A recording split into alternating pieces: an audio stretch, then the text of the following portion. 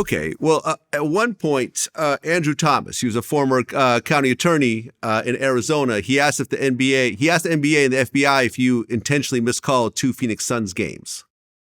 Do you know what I'm talking about? Yes. So what's the deal with that? I think that each individual team wanted to know how bad this, affected their home team, and did it affect them winning a ring at one point. So, they wanted the whole thing exposed. They didn't want the NBA to be able to cover it up, and they want to know to the extent of, what I did, how it affected them. Okay. And what did they find? Through the NBA doing their own investigation, they found that there was never calls in games that I made that, directed the outcome of having a different team win it. So the FBI and the NBA did their own independent investigations and found that I had just made calls in the games that were directed, by the league for me to do. Okay, so this really created a lot of change in the NBA. So based on the labor agreement, refs aren't allowed to do most forms of gambling, but they said that about half of the referees made bets in casinos, but not on sports books. And they said that almost all referees said they did some sort of gambling. So Stern said that a ban on gambling is absolute, and in my view, it's too absolute, too harsh, and it was not particularly well enforced over the years. The gambling rules were revised to allow referees to engage in some form of gambling, but not on sports. There are a few other referee-related rules change. It was announced that the referees that were calling a game was moved from 90 minutes before the tip-off to the morning of the game to reduce the value of information to gamblers. Referees received more in-season training and counseling on gambling. There were more background checks. And they also said that they were going to analyze the statistical relationship between the referees and the actual games. Based on these changes, were these real changes or was it just fluff for the media? I think it was a lot of fluff. I mean, when he stood up there at the podium and said, NBA referees aren't allowed to gamble. Legal gambling will cost you your job. Illegal gambling will cost you your freedom. And then he found out that 50 out of 52 referees gambled, bet on football games, bet on golf matches, went to the casinos.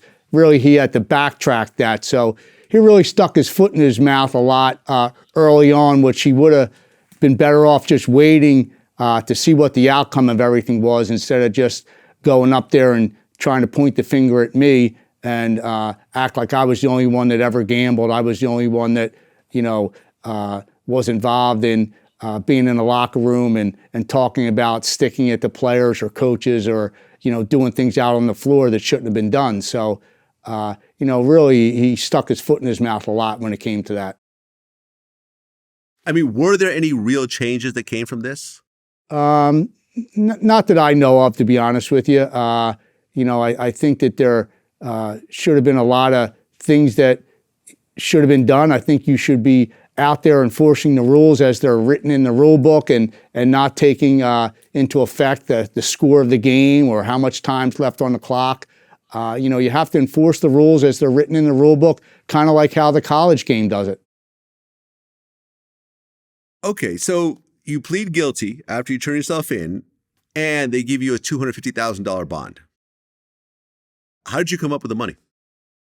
I don't believe that I had to come up with any money, to be honest with you. It was, 12 years ago, but I believe that they, released me, that same day. I don't believe I had to pay anything.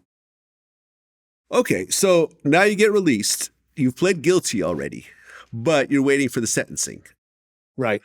How rough of a period was that? Because you don't know. I mean, you're cooperating, but depending on the judge, they could throw the book at you. Longest year of my life, and the judge did throw the book at me because, there was a situation where, I was preparing for Batista's trial, and the NBA wanted this whole thing to go away because Batista had a terrific lawyer in Jack McMahon, and he was saying that he was going to put Tim Donaghy on the stand, and he was going to ask him about every referee and what they did on and off the floor. He was going to put every other referee and every other owner on the stand. And I think he really shook up the NBA to the point where they were in bed with the prosecuting attorney, and they gave Batista a sweetheart deal because this was his third offense. He had already been to jail twice, so he really should have probably went to jail for 10 or 15 years, and he got the same amount of time that I got, which my attorney thought was ridiculous.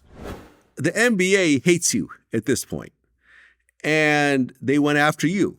They wanted to get reimbursed for all the costs, the airfare, the meals, the complimentary game tickets, and all other expenses, including $750 in shoes. So they felt that you owed them $1.4 million, which includes $577,000 of your pay and benefits for all 4 seasons, plus all the legal fees and all the expenses for the internal investigations. When you heard that, what'd you think? Thinking back when I heard it, I didn't even care because, I felt like my life was ruined and I was never going to recover from it. But my attorney was smart enough to get that reduced, I think, to about $200,000, and it was joint and several with Martino and Batista. So I eventually ended up paying that off myself, even though it was joint and several. Don't know if you're familiar with what that means, but we're all responsible for it. Whoever has it, they'll take it from. And, I ended up paying it off for the 3 of us. So, I was lucky enough that my attorney had gotten that reduced to a managing portion when I had become successful again. So I just let them, take it from me. Well, right. Your lawyer felt that the league was trying to retaliate against you. Your lawyer said they should only apply to 1 season, not all 4 seasons like they were trying to do. And not only that, if I could interrupt you, I apologize. The judge was, so pro NBA. I was taking my salary over 12 months. So when this all went down, the NBA stopped paying me. So I had another 6 months of salary due. And even though I wasn't paid that, she made me pay that back. She wouldn't do the math and deduct that off of the fact that I never got it. She wouldn't listen to my attorney. She wouldn't let him, he tried to spell it out for her 3 different times. And she was just so pro NBA that she added that on even though I never received it. Well, at one point, it seemed like your attorney started to go after the NBA. So your attorney filed a court document alleging, among other things, that Game 6 of the 2002 Western Conference Finals between the Lakers and the Kings had been fixed by 2 different referees. In the letter, it said that you learned from referee A that referee A and F wanted to extend the series to 7 games. You knew referees A and F to be company men, always acting in the interest of the NBA, and that night it was the NBA's interest to add another game to the series. The Lakers won Game 6, attempting 18 more free throws than the Kings in the 4th quarter, and they went on to win the 2002 NBA Finals. Now, even though the teams weren't named, but the only conference finals that were a 7-game series were the teams that I just mentioned. Right, it was the Lakers and the Kings, and I'm not sure. I guess he wanted to put a puzzle together and stir up more controversy by having the media figure out who it was, but no doubt Delaney and Dick Bavetta, especially Bavetta, was a guy that said he was put on certain Game 6s to make sure a team won, so there'd be a Game 7, which was great for the league, great for TV, and great for global attention. So, there's no doubt that Bavetta not only said that to me, but said it to many other referees. And he was a guy that, he felt the NBA used to make certain things happen, and he would go out there and make calls in games, whether they were right or wrong, to get an outcome that was best for the league. Well, right. Your lawyer said the top executives of the NBA sought to manipulate games using referees. It also said that NBA officials would tell referees not to call technical fouls on certain players and say the referee was privately reprimanded by the league for ejecting a star player in the 1st quarter of the January 2000 game. Who was that star player? It was Gary Payton. It was a game in New York, and Ted Bernhardt, ejected him, and he got a lot of heat for doing it because they said Gary Payton goes into New York once a year. He's a star player. People paid a lot of money to sit in those courtside seats to see him play. We don't want him ejected in the 1st quarter. We don't care what he says to you. And, that was a message that, floated down through the officiating staff, not to do something like that because the amount of money people pay to see these stars play. Well, the feds investigated this, found no evidence to support it.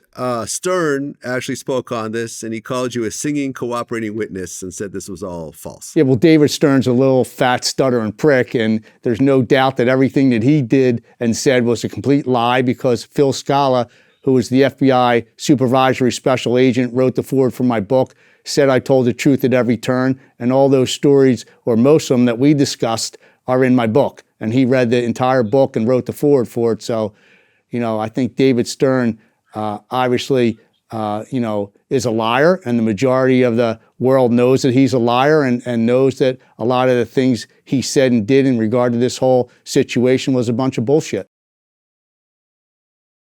Well, then we get to the sentencing. How did you feel leading up to this?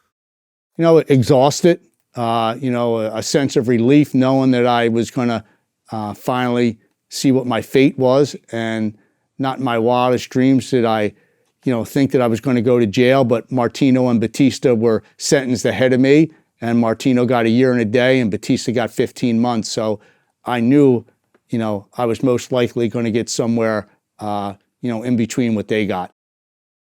Right. You got 15 months in prison. Yes. When you heard that, what'd you think? Just wanted to get it started, relieved that, I knew what my fate was, and, it started to be a situation where, things were going to be behind me after I started to go to federal prison and got that year and a half behind me.